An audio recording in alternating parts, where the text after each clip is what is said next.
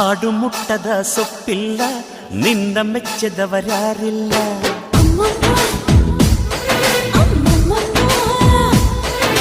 ಜೇನಿಗಿಂತ ಸಿಹಿ ಬೇರಿಲ್ಲ, ನಿನ್ನ ಮುದ್ದಿಗಿಂತ ಸಿಹಿ ಬೇಕಿಲ್ಲ.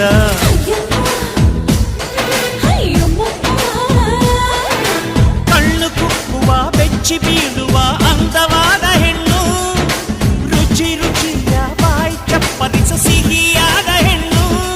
ಅಯ್ಯೋ ತಿಂದು ಬೇಗಿದರು ಆಸೆ ತೀರದ ಪಂಚಾಮೃತ ಇವಳು.